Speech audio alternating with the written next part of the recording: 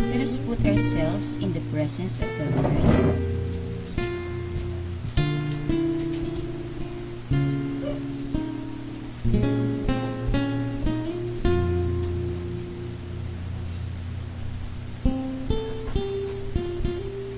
Father God, we thank you for your love.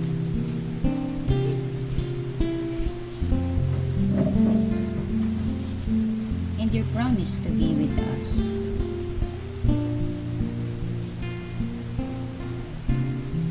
At school or home, at rest or play, help us to feel near you and hear your voice. Guide us to always do our best in every situation and to love one another. Amen. So once again, good day everyone. So welcome to the second week of the first quarter. It's me again, your math teacher, Mrs. Michelle B. Reyes. Okay? So to start, let me first give you the objectives for today. Okay?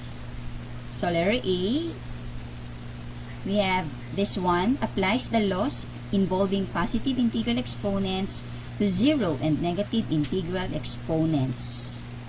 Letter B, simplifies expressions with rational exponents. And then letter C, writes expressions with rational exponents as radicals and vice versa ito. Okay? Vice versa yung kabaliktaran. So, rational exponent to radicals and radicals to rational exponents. Okay? So, I believe actually that you are familiar already on the laws of exponents, okay, because it's been taught to you when you were in elementary, medyo little by little, kasi ano naman tayo, ang ating lesson ng K-12 ay spiral. When you say spiral, parehas siya ng concept, iba-iba lang ng level of teaching. Okay, but if you are aware, it's actually being taught to you starting elementary. Okay, tapos medyo naiiba lang siya ng level when you started your grade 7, grade 8, and then grade 9. So to continue, let us first have a short review about the law of exponents. Okay, so these are the law of exponents that we have. Okay, so may I please ask somebody to read it? Do you know how to read it properly? Marunong bang magbasa properly? Okay, so may I have one volunteer please? Babalik ko dun sa dun sa presentation. Tawag muna ako ng isang volunteer. Who wants to read the laws of exponent? Anybody from the class?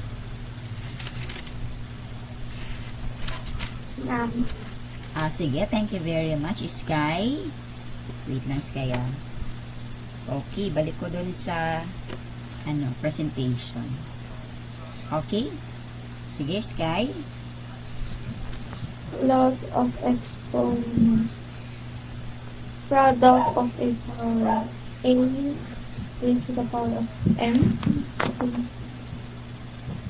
Okay. Times a raised to the power of m equals to a raised to the power m plus n. Okay. The quotient of a power. A raised to the power of m over a raised to the power of n equals a raised to the power of n minus n. Okay, continue. C power of a power. Plus A raised to the power of n. Tapos, squared siya ng raised to the power of n. Ano ba? Raised to n. Raised to n. Equals A raised to the power of mn. Okay. Power of a product. A times B raised to the power of n equals A raised to the power of n, B raised to the power of n. Okay. Power of A quotient. A over B raised to the power of n equals A raised to the power of m over B raised to the power of n. Okay, so thank you very much. Actually, there are different ways, di ba? When you are reading an exponent, you can actually read it by the word raise, R-A-I-S-E-D. Pwede rin naman yung sinasabi yung pagbasa ni Sky, to the power of a certain variable or a certain number. Okay, but if you have two exponents, what I am referring is, let's say for example, there is an exponent inside the parentheses, tas may exponent pa rin outside the parentheses. So we can use to raise to a certain value, tapos kapag may parentheses, to the power of another value. So what I am saying, balik tayo dito. Okay, so just like here. So this can be read as A raised to M times A raised to N, para medyo mas madaling basahin, is equivalent to A raised to M plus N. Okay? So, ganun din for the quotient of power, A raised to M over A raised to N is equivalent to A raised to M minus N. Ito, meron tayong exponent inside and outside the parentheses. So, we can read it this way. A raised to M to the power of n is equivalent to A raised to M times n. Okay? And then for the power of a product, A times B to the power of M is equivalent to A raised to M, B raised to M. So there's an operation here again at the middle part. Lakihan ko lang ng konti. Okay? So you can yan, mas makikita ninyo. Lakihan ko ng konti yun. Yan, lakihan natin ng todo, wag ng konti. Okay? So, for the power of a quotient, you have here A over B to the power of M is equivalent to A raised to M over B raised to M. Okay? Now, I want you to observe the parts. Okay? The parts of terms. Kasi you have to be familiar, you have to familiarize the differences of the parts on a given expression. Okay? So, ano ba yung mga parts ng exponential form? Kasi yan di ba? When there is an exponent involved. So, ano na yung mga parts na meron dito? Here.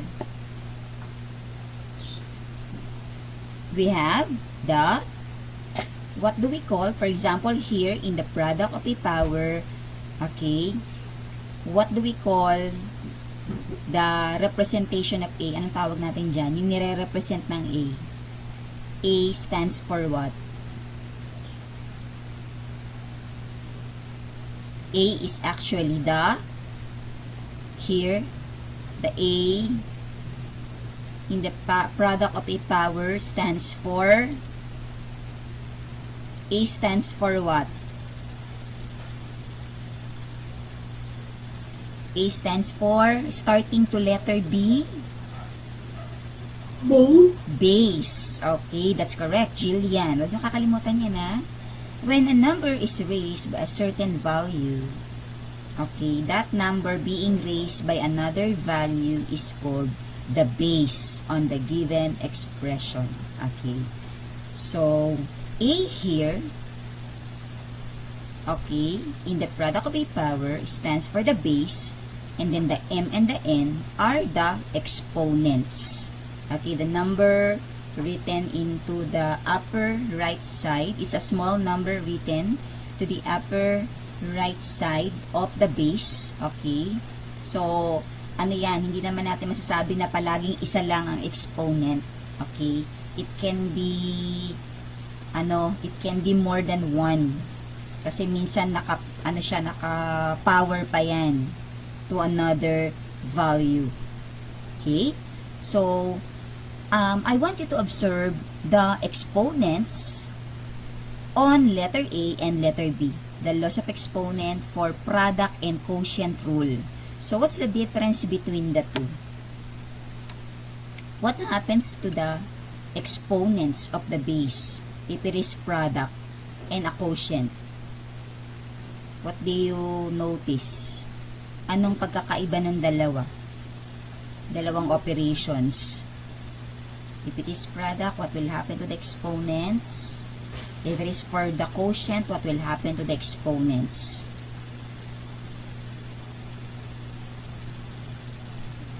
Ma'am, Yes, Jillian, again.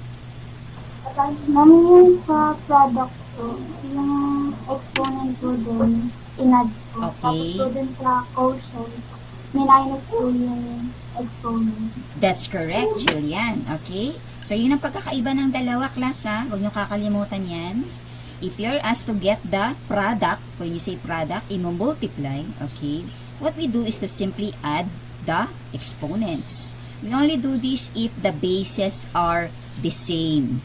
Again, we only do this if the bases are the same. Okay, however, if we have a different basis, then what we do is to isi-simplify natin muna yan one by one bago natin i-multiply yung outcome niya. Okay? So, in a quotient of a power, what we do is to again copy the same, kasi same basis naman eh. Copy the base, and then we subtract the exponent. So, again, huwag kakalimutan, kapag multiplication at parehas ang basis natin, kakopyahin lang ang basis, and then we add the exponent. Kung division naman, if you're asked to get the quotient, then we copy the base, and then we subtract the exponent. Okay? So, that's it. Now, how about on the third law of exponent? Okay? What do you notice on the power of a power? So, it is a power of a power if there is what? What do you notice here on this law? Ano yung ina-expect natin in the power of a power law? There is, what can you see on the exponents? There is another what? There is another exponent outside. Kaya nga power to a power, meaning you have to do something on the exponent, and that is by Multiplying po. very good, multiplying. Okay? We're going to multiply the exponent inside the parentheses by the exponent outside the parentheses. Okay? Now, there are cases that there will be more than one variable terms, okay, inside the parentheses. So, in that case, what you do is to follow the power of a product. Ang gagawin natin dyan, distribute natin one by one. There are cases that the value inside is a numerical. It's a combination between a number and a variable. Halimbawa, ito ay 2b. Okay?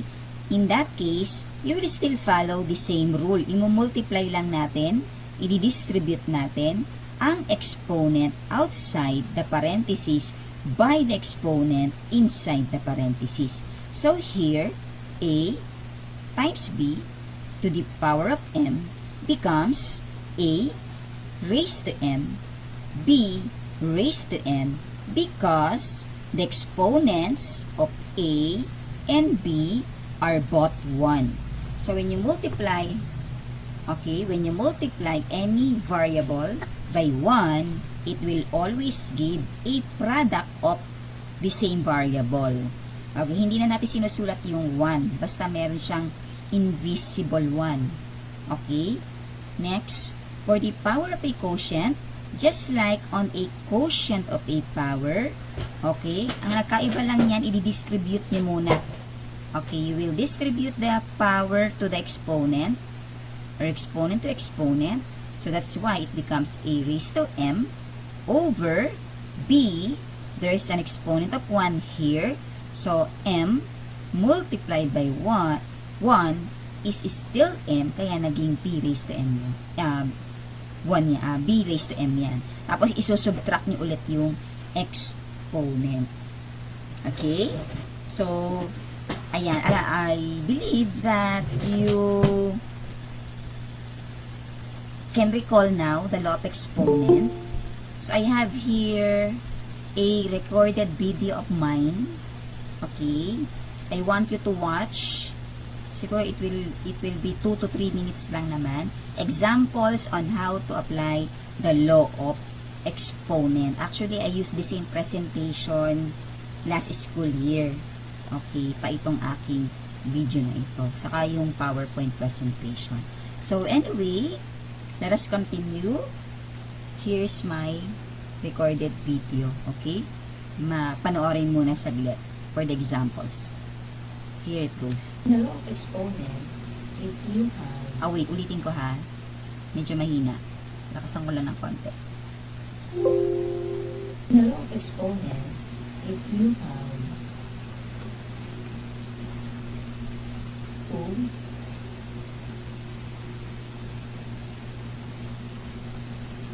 raised to 3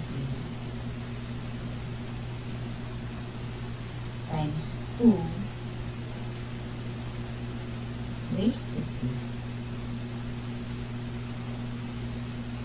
Since we have the same basis, what we do is to simply add the base and then add the exponents.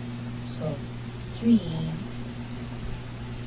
plus 2 is equivalent to 5. So it will become 2 raised to 5. Then 2 raised to 5 means multiplying 2 by itself 5 times. So what is 2 times 2? That will give 4. And then 4 times 2 is 8. 8 times 2 is 16. Then 16 times 2 is 32. So therefore, 2 raised to 5 will be equivalent to 32. So that is for the product of the power. Okay. So for the next law of exponent, we have the quotient of a power. We just simply follow the reciprocal of a product of a power. So in the product of a power, what we do is to add exponents. Here in the quotient, what we do is to simply subtract the exponents or the exponent of the numerator by the exponent of the denominator. So let us have the example. Okay. So let's say you have 5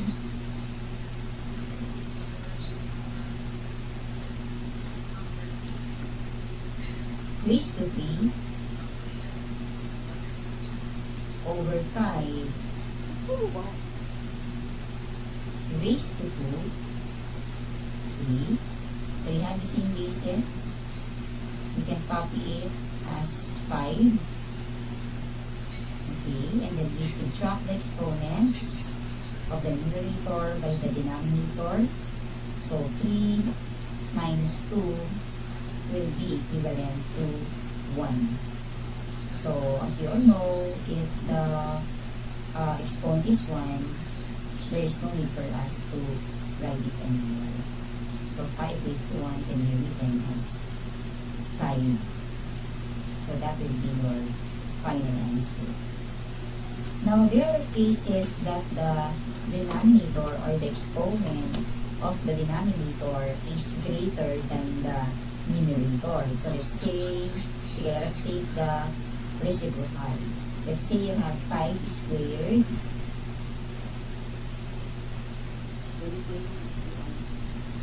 over 5 cube. Okay. So since that the exponent of the denominator is greater than the numerator, what we do is to write the outcome at the denominator. So we simply put 1 as the numerator and then copy 5, then subtract 3 by 2, and that will give 5 raised to 1. So the same procedure, the same that we had in the first example, 5 raised to 1 will be equivalent to 5. So therefore, the final answer will be 1 over 5. So that's the difference between the two. Okay. Now another law of exponent is called the power by power.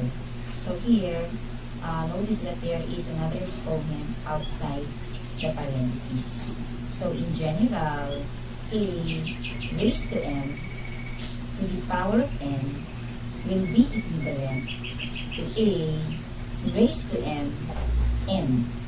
So what happens here?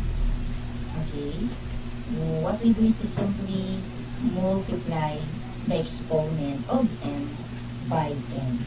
So n times n will be n. So let's have the example.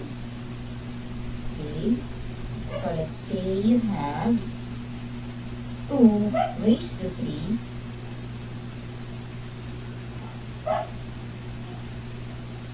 to the power of 2. Again, this is read as 2 raised to 3 or 2 cubed to the power of 2. Okay, so multiplying the exponents of 3 and another exponent of 2. So 3 multiplied by 2 is 6. So it becomes 2 raised to 6. And then 2 raised to 6 means multiplying 2 by itself 6 times.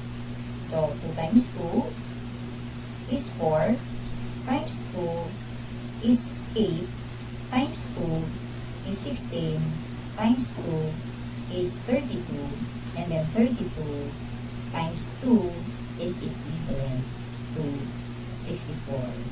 So that will be your final answer. Okay, so again we call it as a power of a power. Power of a power because there is another exponent outside the parentheses.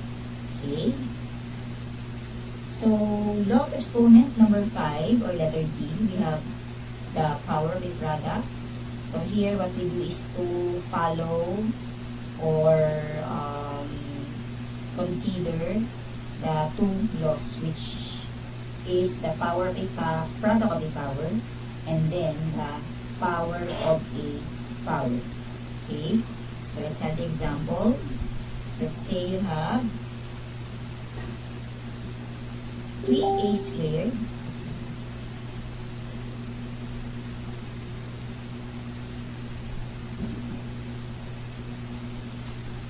to the power of 3.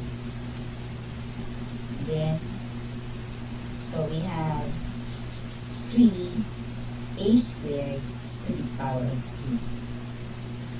So notice that there is a combination between a constant term and then the literal term.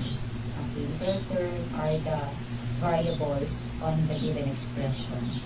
Okay, so what we do here is to simply distribute. We're going to distribute the exponent to the exponents inside the parentheses. Okay, so again, there is an invisible exponent of 1, okay, on 3. So 1 multiplied by 3 is equivalent to 3. So that is why it becomes 3 raised to 3. Then just copy A. Okay. Same what we did on the first step. You need to distribute or multiply 3 by 2. Okay. So what is 2 multiplied by 3? That will give 6. Okay.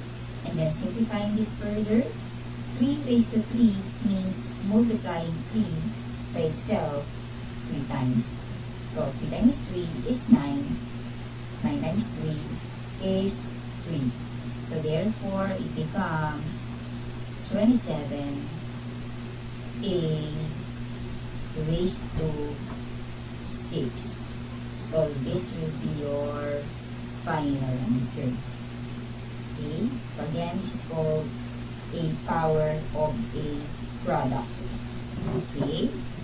Now the last law of exponent is what we call the power of a quotient.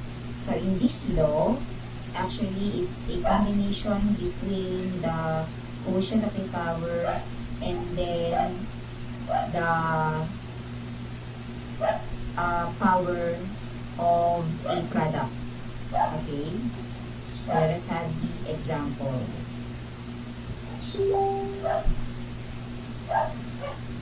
Okay, so let's say you have 2 over 3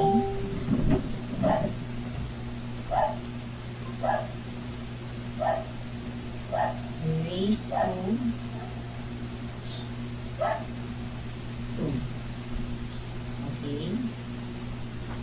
So, since you have different values to the numerator and the denominator, what we do is to simply distribute the exponent of 2 to the exponent of the numerator and the denominator inside the parentheses. So it becomes 2 squared. Since the exponent of 2 is 1, 1 times 2 is 2. Over 3 raised to 2. Again, since that the exponent of 3 is 1, so when we distribute 2 to 1 or multiply 2 to 1, it will give an answer of 2. Okay? Then simplifying it 1 by 1, so 2 squared is 2 times 2, and that will give 4. 3 squared means 3 multiplied by 3, and that will give 9. So this will be your final answer.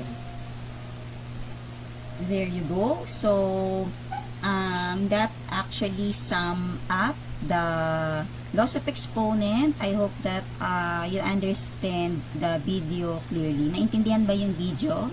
Kasi actually that is a review lesson, so that actually madali naman ang lesson natin but it will be easy for you to understand if you still know how to use the appropriate law of exponents. Okay, so do you have question about the law of exponents na nireview ko dun sa video?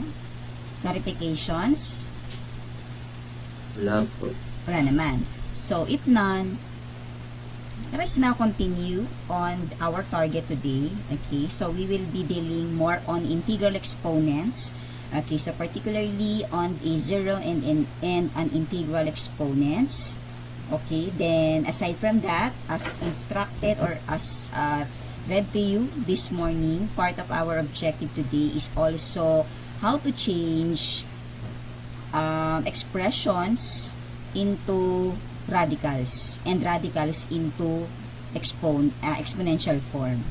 Okay, so what is a zero exponent?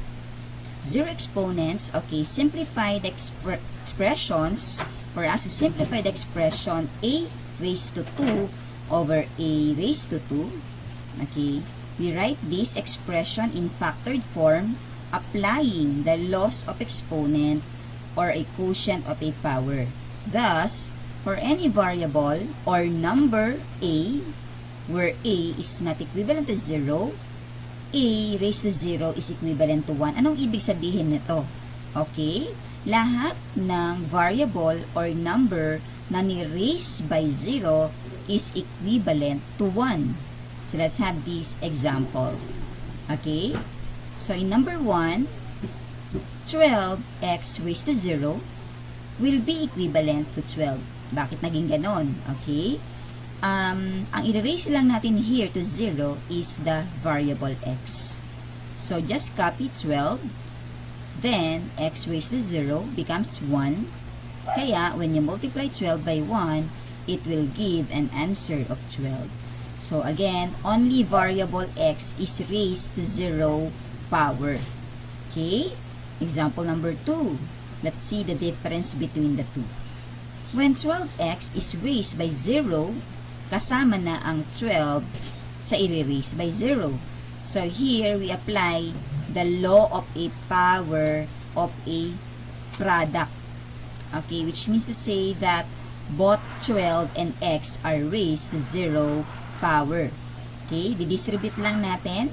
So, 12 raised to 0 times x raised to 0 becomes 1 times 1. Kasi 12 raised to 0 becomes 1. And x raised to 0 becomes 1.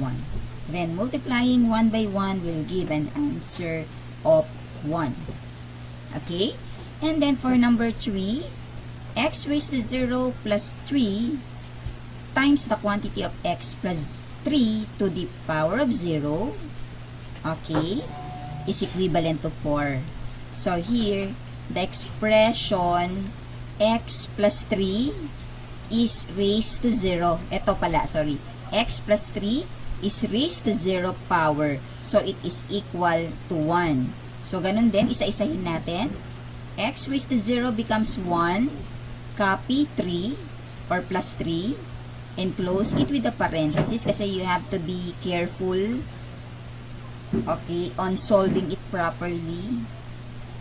Then, the whole expression of x plus 3 is raised by 0. So, lahat yan ay magiging 1 na lang. Okay? So, simplifying further, 1 plus 3 is 4. Then, 4 multiplied by 1 is 4. Kaya naging 4. Ito. Ganyan lang kadali ang 0 exponents. When a number is raised by 0, then what we do is to make it 1 or change it to 1. Okay? May question ba? Do you understand the zero property of exponent? Nakakasunod naman. Okay, so let us continue on the presentation. Just have the integral exponents. What are integral exponents? An expression has an integral exponent if the exponent is either positive or negative integers. Okay, so these are examples of integral exponents. The expression like 3x, 5x raised to negative 2, m raised to negative 8 are examples or expressions with integral exponents. Kasi nga, meron kang either positive or negative exponents. In general, okay, zero exponent is any number raised to 0 which is equivalent to 1, while the integral exponents are negative exponents or negative exponents must be changed to positive in symbol. Again, kapag may mga negative exponents tayo sa integral exponents, we do not leave the answer like that. Okay, we have to do something to make it positive. So, kailangan natin siyang gawing positive. So, in general, x raised to negative n will be equivalent to 1 over x raised to n. Ginagawa nating positive. So, para maging positive siya, ginagawa natin siyang fractional form. Kasi nga, we do not leave the answer like that. Okay? If the exponent is negative, we have to make that positive. Okay? So what we do is to simply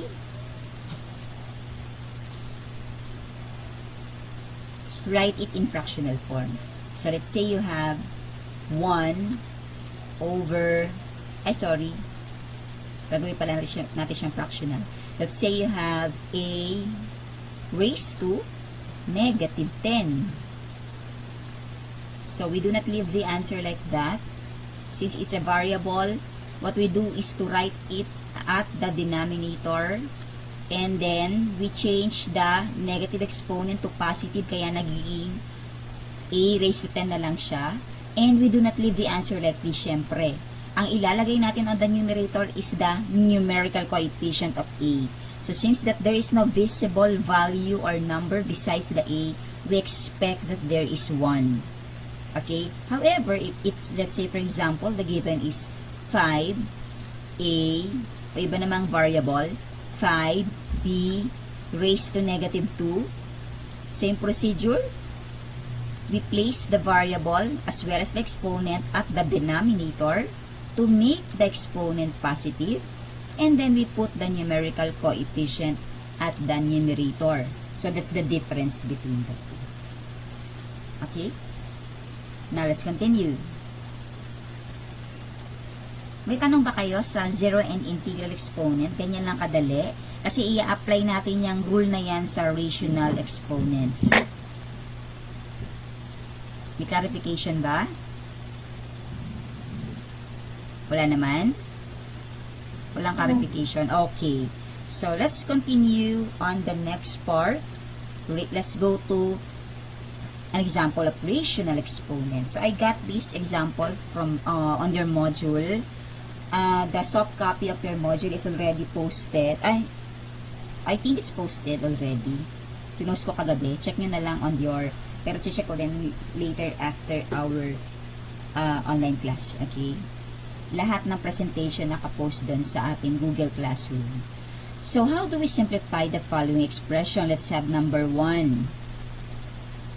Okay. So, let's say the given is, ayan, a raised to 1/2 times b raised to 3 over 2. Okay. So here, what we do is to apply the product of a power law of exponent by adding the exponents of the same base.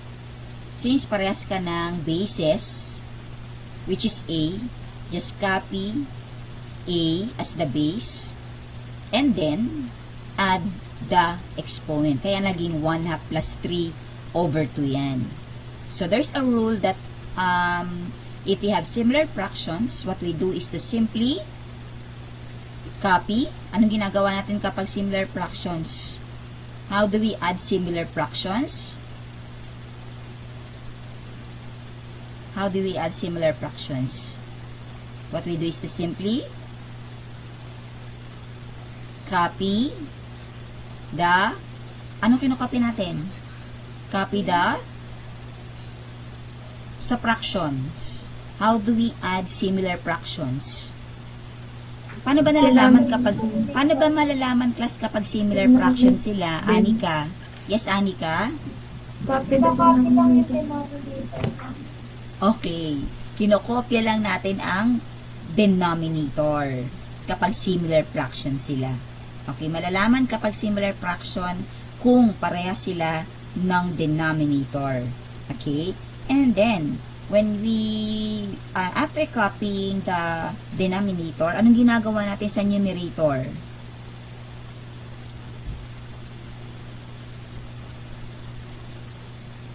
I-add na. That's correct, Anika. Okay?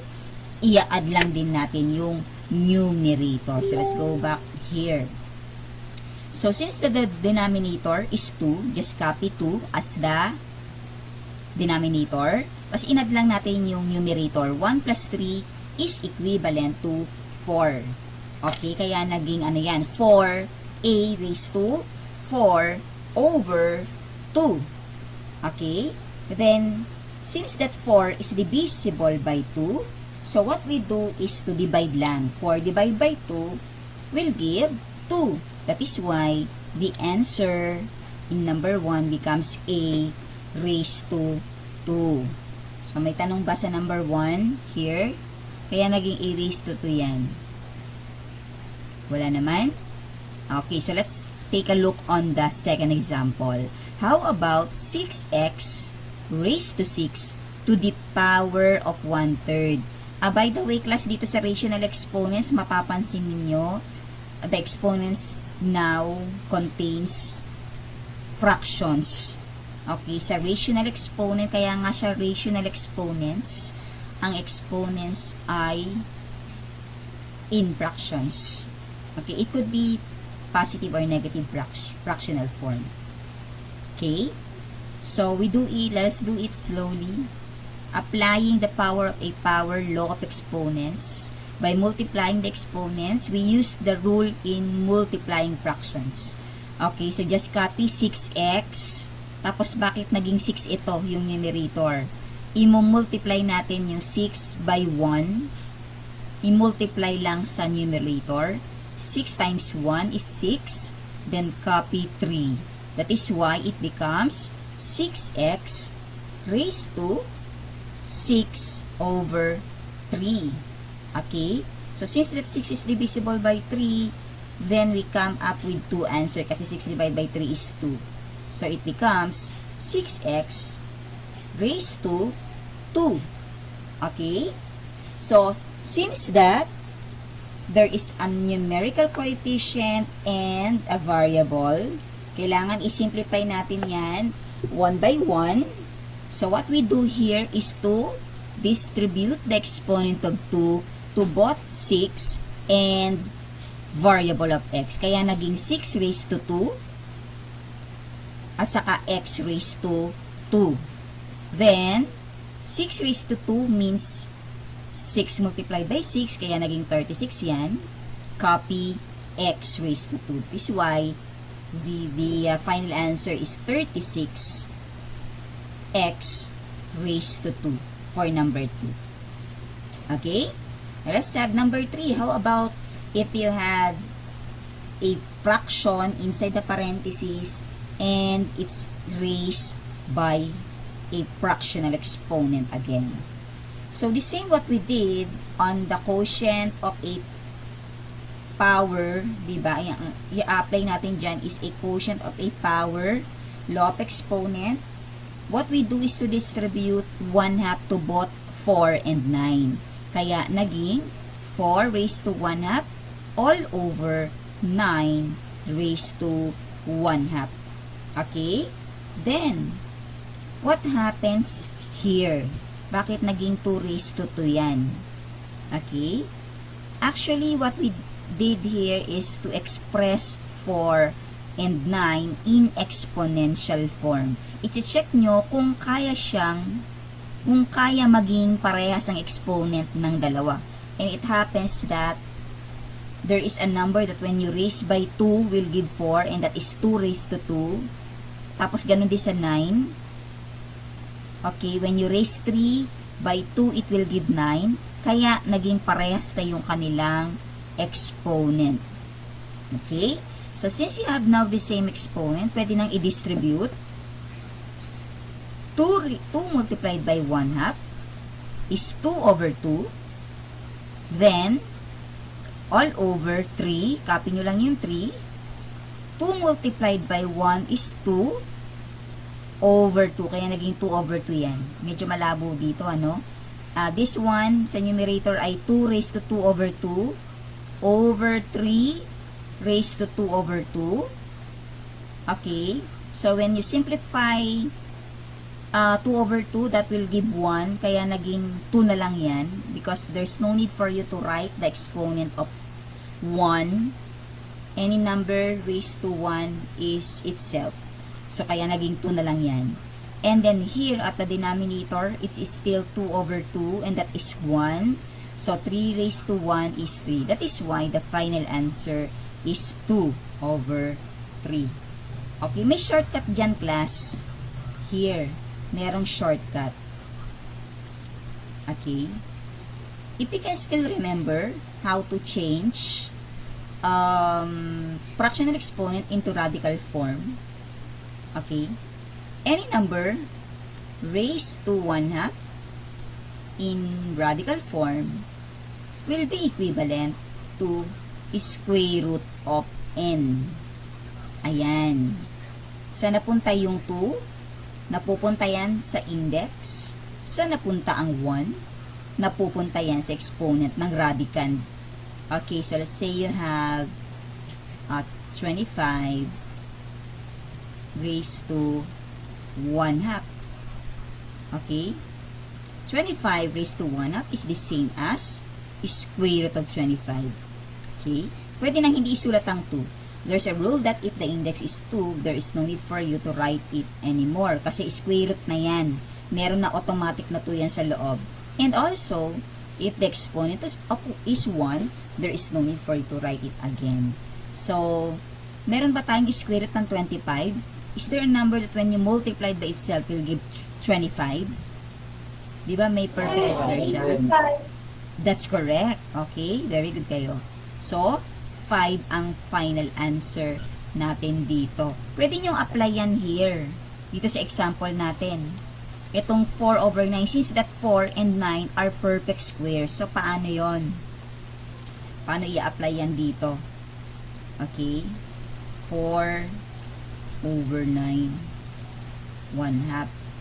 Para hindi na kayo nahihirapan kasi medyo masyadong mahaba yung nandun, di ba? So, pwede yan, paghiwalayin nyo yung numerator at yung denominator. So, it becomes 4 raised to 1/2 over 9 raised to 1/2. You know what, class? Yung matalaga, there are a lot of ways for you to do it. Okay, for you to solve it. All you need to do is to know the shorter way for you to get the correct answer. Okay? So, since that the exponent is 1/2, pwede natin niyang i-change as square root of 4. Diba? Mapupunta yung 2 rito, pero hindi na natin pwede isulat. Pwede na natin hindi isulat. What I mean is, yan. Okay? Pati yung 1, pwede na rin hindi isulat. Then, same with the denominator. 9 raised to 1/2 can be written as square root of 9. Tapos, saka nyo siya i-simplify. So, what is square root of 4?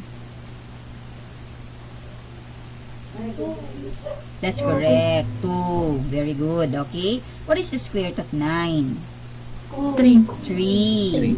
Nakuha ba natin yung the same answer? I know. So, pwedeng ganyan din. Di ba mas madali? Pwedeng ganyan. Okay? So, let's head number 4.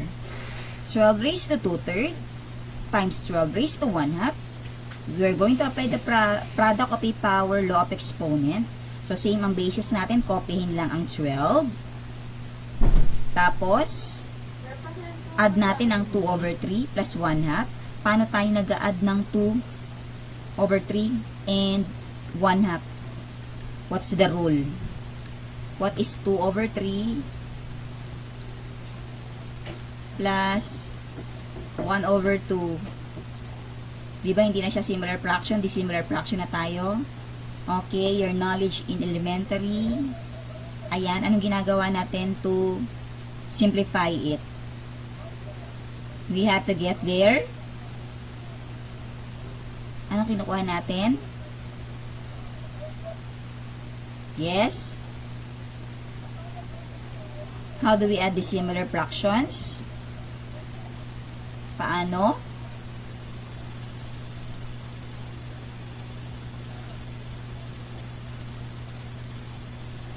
Paano tayo nag-a-add ng dissimilar fractions? Kinukuha natin ang Least common denominator. very good, Leah. Okay, kinukuha natin ang least common denominator. Huwag nyo kakalimutan yun. Okay? So, kinukuha natin ang least common denominator para maging similar fraction siya. Okay? Kailangan kasi isa lang ang denominator natin. Hindi po pwedeng dalawa yan. Kailangan magkasundo sila. Okay? Ang dalawang tao, di ba? Okay? Para maging maayos ang kanilang samahan. May valuing pa eh, no? Kailangan magkasundo sila doon sa common. Okay? Na pareha sila. Okay? Para isa lang pala. Isa lang yung kanilang tinataha. Kailangan isa lang. para maging simple ang buhay or maging maayos ang kanilang relationship. Okay? Hindi lang yan sa mag-boyfriend at mag-girlfriend ha, kasi bata pa kayo. Pwede rin sa magkapatid, kung may mga kapatid kayo.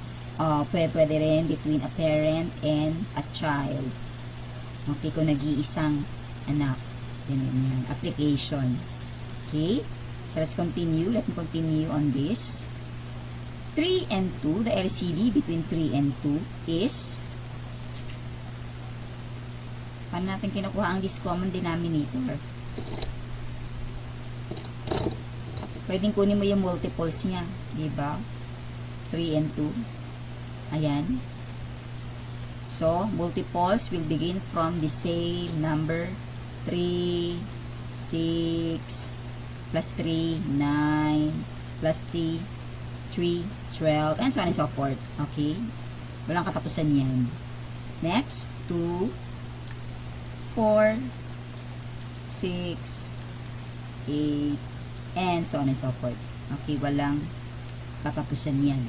So, nandito yung pinaka-unang parehas sila. Least, pinakamababa. Meron na ba? 6, ma'am. May nakita na kayo? 6, diba? Yun. Yun ang ilalagay nyo rito. Ngayon, possible din naman, class, there are cases that possible din naman na i-multiply. Pwede rin i-multiply yan. 3 multiplied by 2 is 6. Okay? But not in all cases. There are cases that there will be a lesser value. Kasi ang kinukuha natin yung least common. Pinaka mababa. Okay. So, let's continue.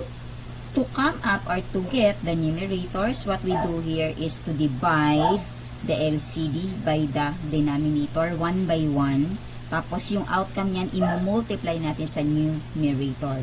So, 6 divided by 3 is 2. 2 multiplied by 2 is 4. Copy plus 6 divided by 2 is 3. 3 multiplied by 1 is 3. Okay? 4 plus 3 is 7 over 6. Okay? Balik tayo sa sa presentation.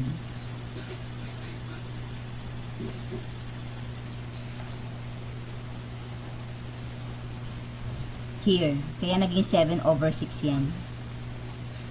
Okay? So, after that, the next thing to do is to simplify the exponent. Kasi napapansin nyo, di ba? Improper fraction siya. Kaya, pinag-separate dito. Okay?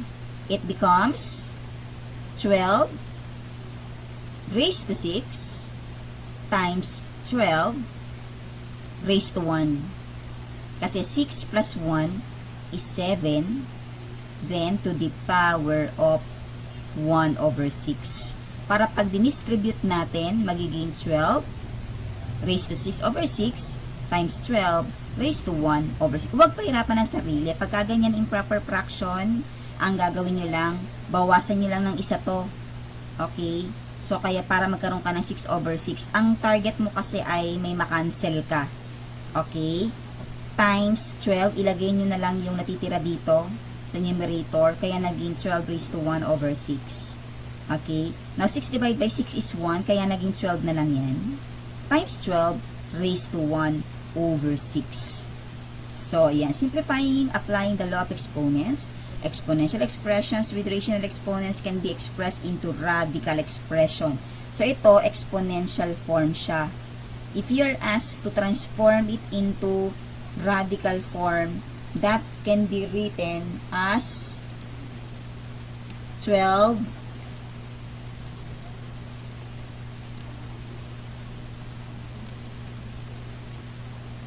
6 root of 12. Ayan. Ito ay parehas dito. Okay, again, this one is in exponential form. This one is in radical form.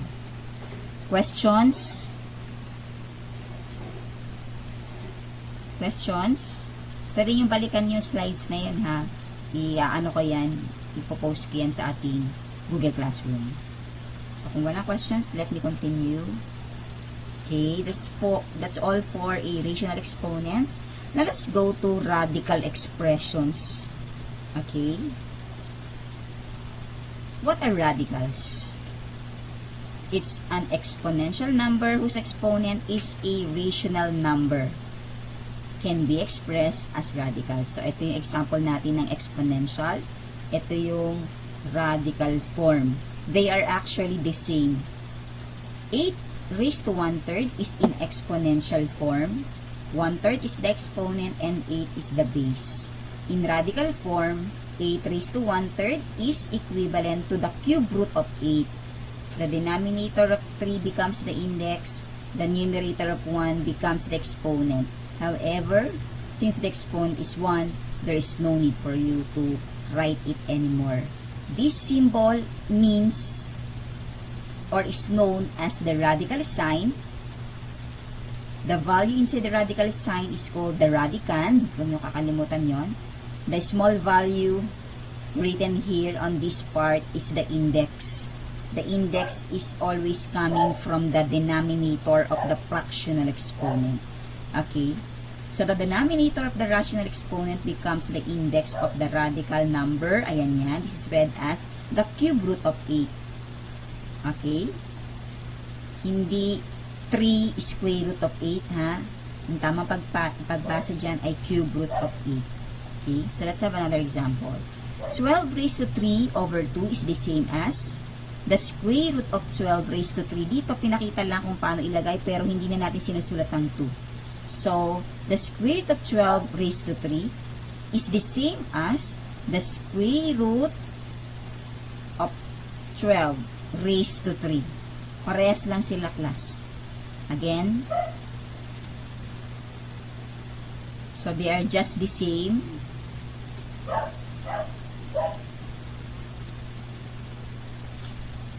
The square root of 12 raised to 3 is the same or equal to the square root of 12 raised to 3. Parehas lang sila.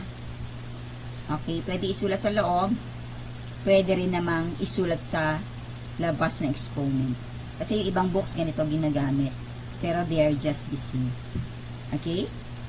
When changing exponential number with rational exponent whose denominator is 2 to radical number, you may or you may not write the index 2.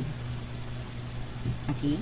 The exponential number a raised to m over n when changed to radical is nth a to the power of m.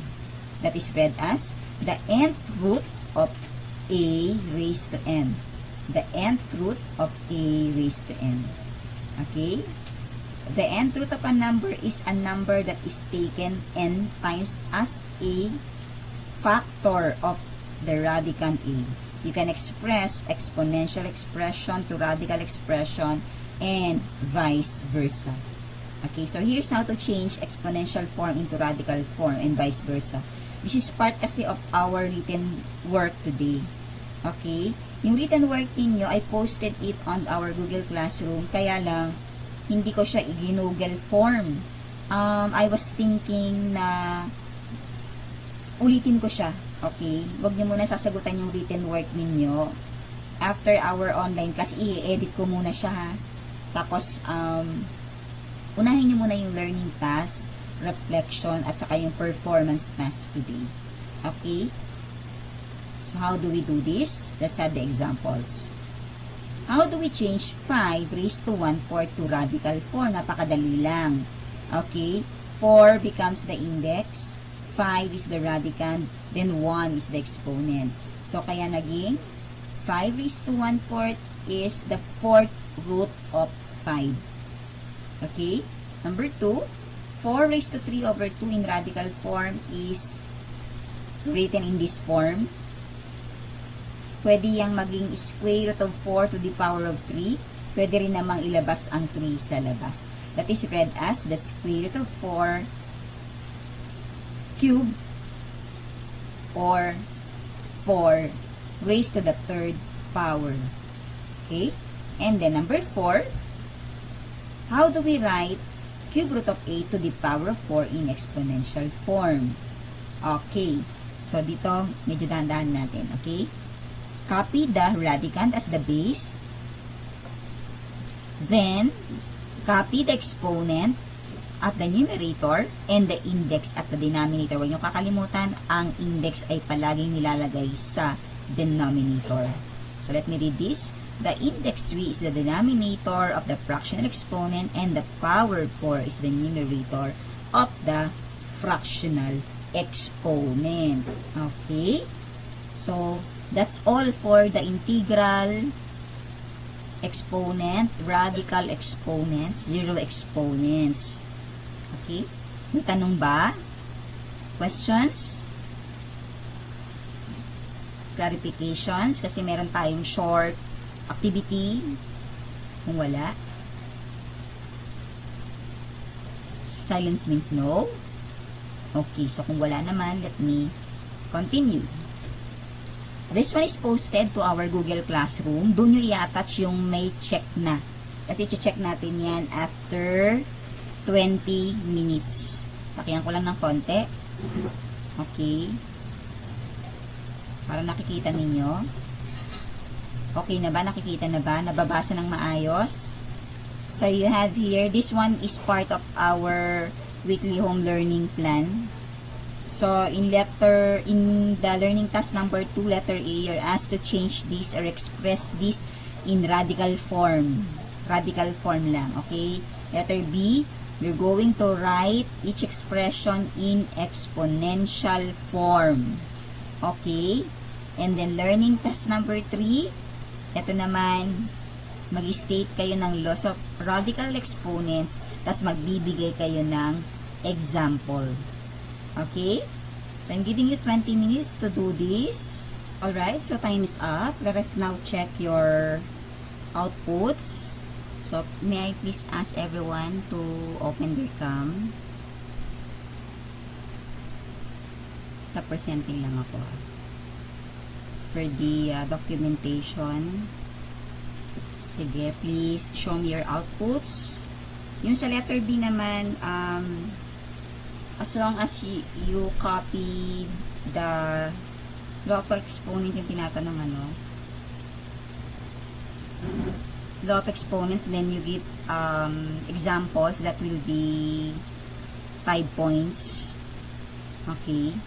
In the learning task number 3. Okay, so let us check. Tingnan ko muna yung inyong mga gawa. Paki-open yung camera so I can capture your outputs for the documentations to do. Ayan. So, thank you, Maricon, Sky, Denise, Monica. Basta kasi na to si Jillian. How about the others? Sky, okay. So, sino pa nagbukas? Monica. Sila lang nagbubukas. The rest, may problem ba sa camera yan?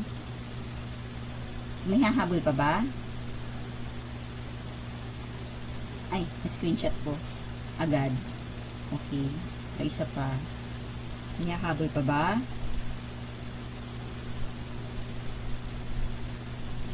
So, ready? 5, 4, 3...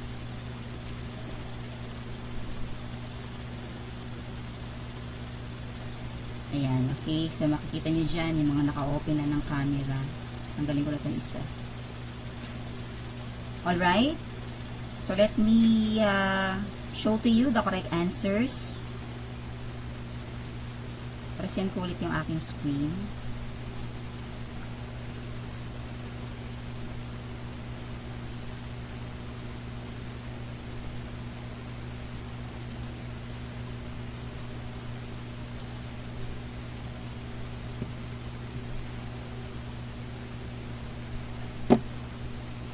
Yan, there you go.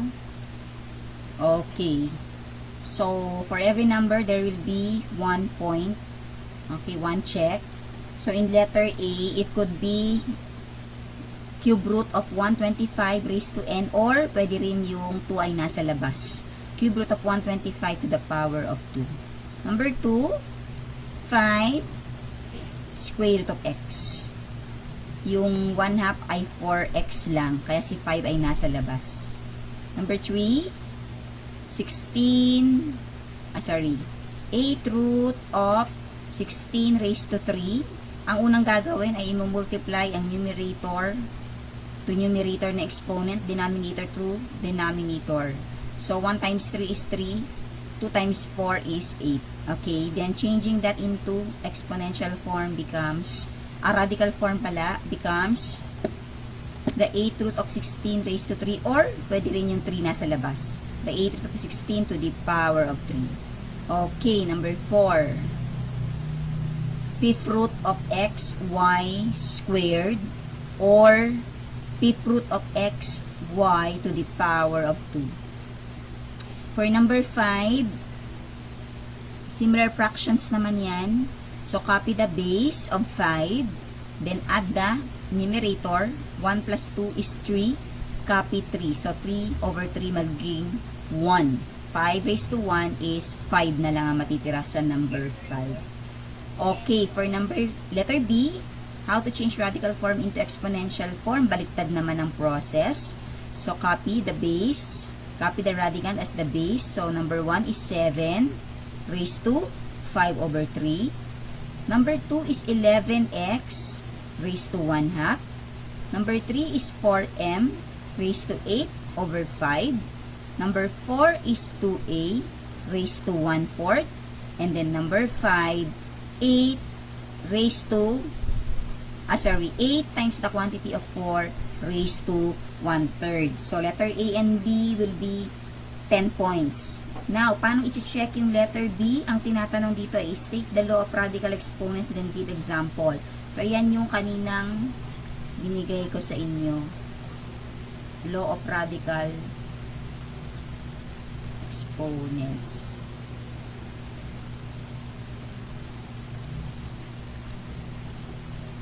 Ito. Pwede rin namang ito. Okay. Yung law of exponents. Yan. Okay. Tapos, magbibigay lang ng example. So, kapag meron neto, merong law of exponents, 3 points. Tapos, 2 points sa example. Okay. Kahit na isa lang or dalawang nabigay example, okay lang yun. Basta ito, napakita siya. Alright? So, all in all, that will be 15 points for the learning task 2 and learning task 3. Asan po yung 6 ng letter B? Ha? Yung letter, yung number 6, hindi ko siya sinama muna. Kasi oo, 1 to 5 lang tayo. 1 to 5. Okay?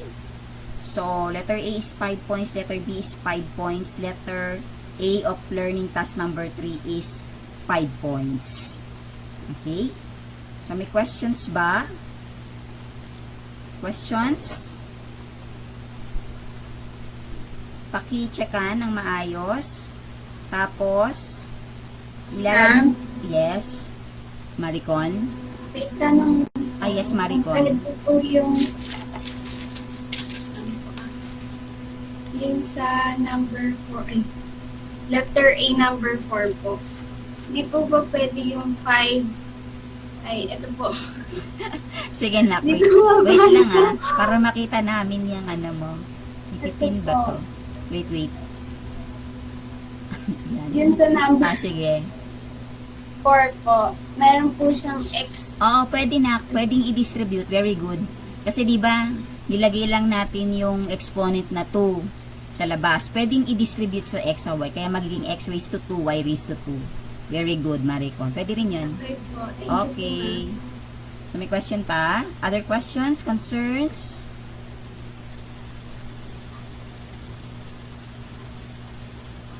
Wala? Other concerns? Yes, Denise? How many nga po overall? 15 points all in all, including the learning task number 3.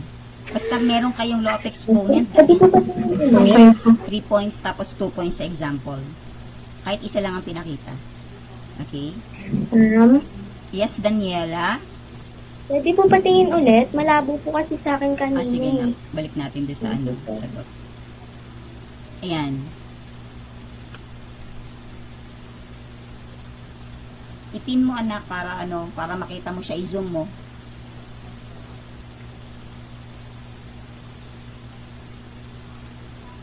So letter A, yan.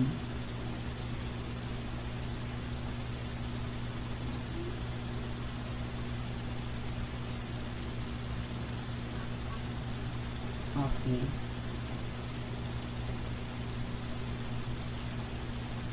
Okay na? Wait lang po.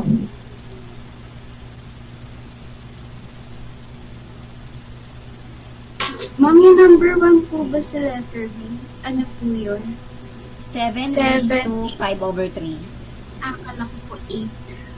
Oh, kasi this one is cube. Kaya 3 din dapat yung Thank you po. Okay. So, if no other concerns, wait lang No, ayaw mag-X. If no other concerns, okay, after our meeting today, please visit your Google Classroom for your performance tasks. Okay, sige na nga, pakita ko sa inyo yung performance tasks. Saan ba yun?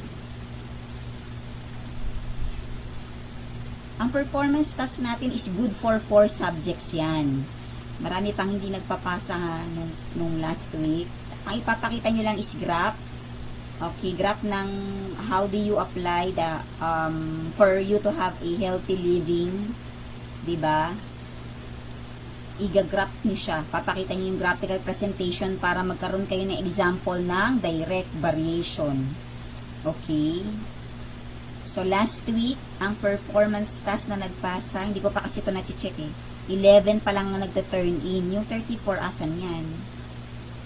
Okay, 11 lang ang nag-turn in. So, ito yung ngayon. Ay, sorry. Mali ako ng pagkakabukas. Ulit. Para hindi nyo na ito itatanong sa akin later.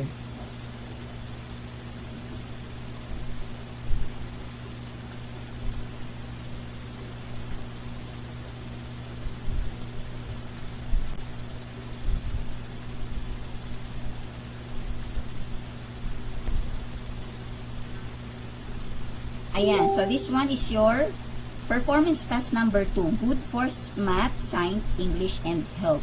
So may mga, as you can see, may mga competencies ang bawat subject. In math, ito ang papakita ninyo. Formulate and solve accurately problems involving radicals. So, yan. Ito yung sasagutan ninyo. Okay, magpapakita lang kayo ng... Ay, sorry. Saan na yun?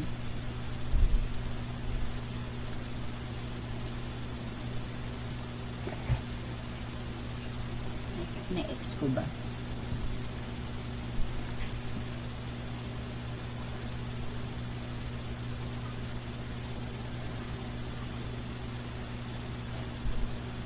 Okay, so this one is an example.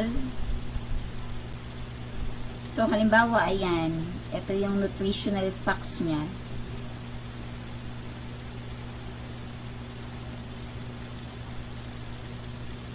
I-radical form nyo lang yung value. Okay. Papalitan nyo siya, magbibigay kayo ng example in radical form or exponential form. Yung sa math. Okay? Yun ang sa math.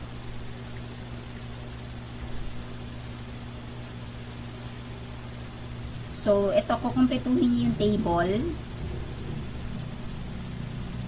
Halimbawa, sa cholesterol, ilan ang percentage na dapat, pero in rational form nyo siya ilalagay. Halimbawa, 2 raised to 1 half. Tapos yung 2 raised to 1 half,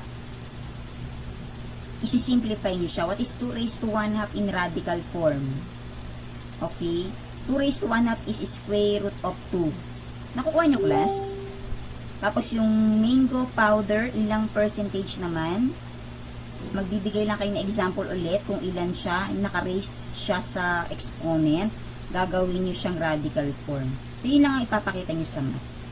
Give your own example. Okay? Sa science, ito naman, pa-explain sa inyo yan ni Ma'am Mel Jane. Kung si Ma'am Mel Jane ba ang teacher ninyo. Sa English, gagawa kayo ng connection between text to particular social issues. Sa health naman, health shares responsibility with community members through participation in collective action. Basta sa math today, yun ang ipapakita ninyo. Yung table here. In exponential form and in radical form. Naintindihan ba yung performance task? Medyo mahirap ano?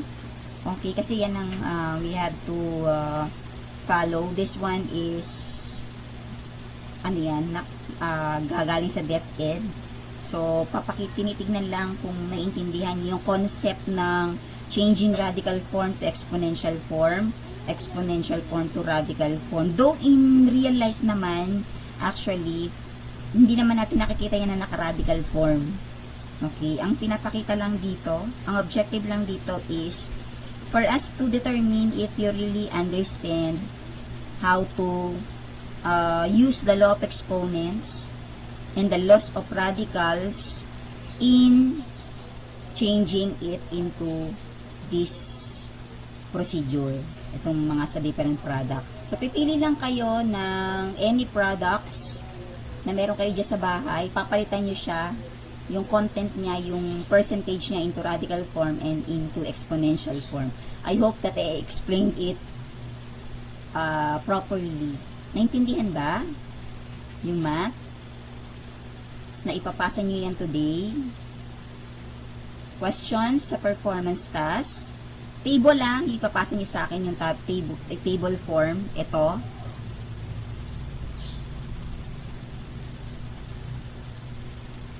Ito class, table form. Questions? Ma'am, Yes, Maricon? about po doon sa graph, nalilito po kasi ako. Okay, sige. Paano po bang graph? Paano ka ba magkakaroon ng healthy living? Paano ka magiging healthy? How do you apply it to yourself para magkaroon ka ng ng maayos na pangangatawan everyday? Eating the right kind of food. O pwede yung sa X ninyo, ang ipapakita ninyo is yung mga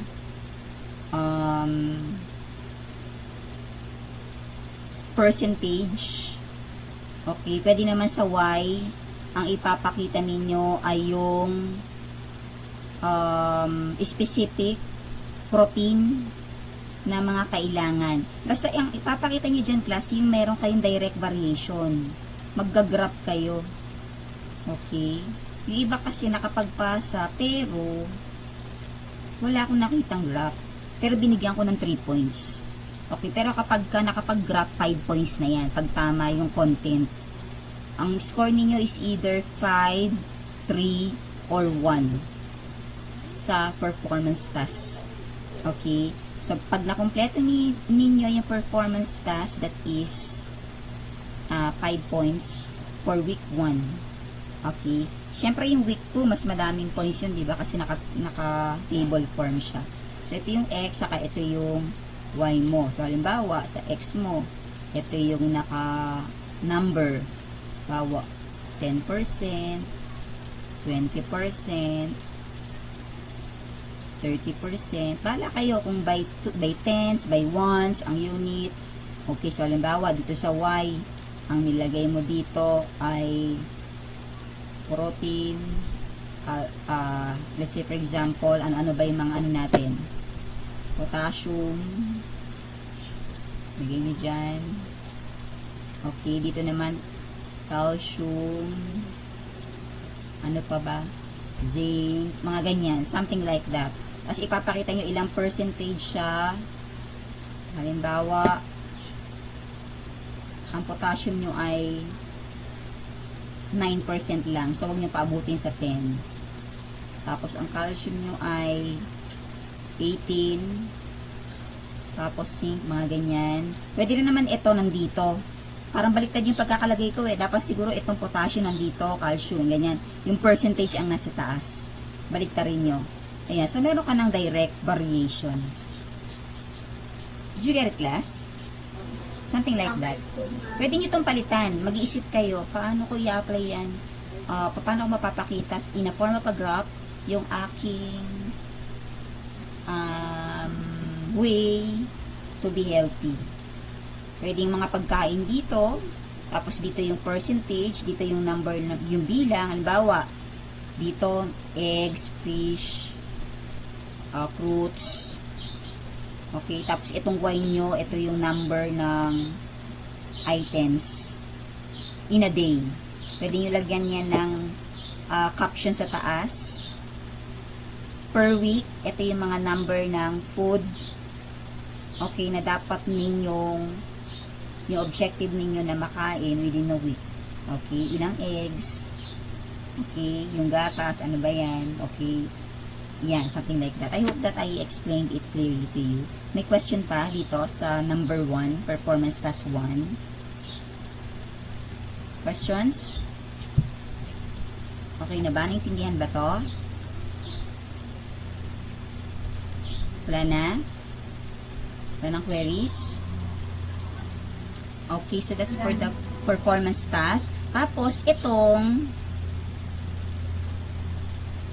written works nyo, nilagay ko yan dito, kaya lang, hindi ko kasi siya na Google form, nakaganyan siya.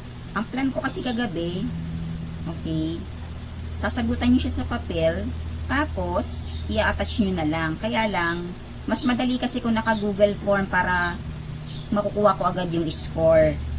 So, dito, ang gagawin nyo dyan, sa written work, i-identify nyo lang kung true or false.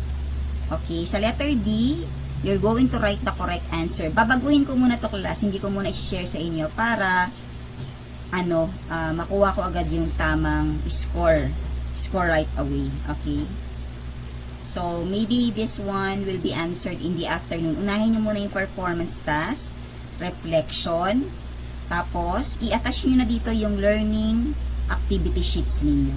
So, ayan yung mga task ninyo. I-share ko right after our meeting today. So, that ends our meeting, our objectives na okay, based from our lesson today. So, note to self before we end. Okay.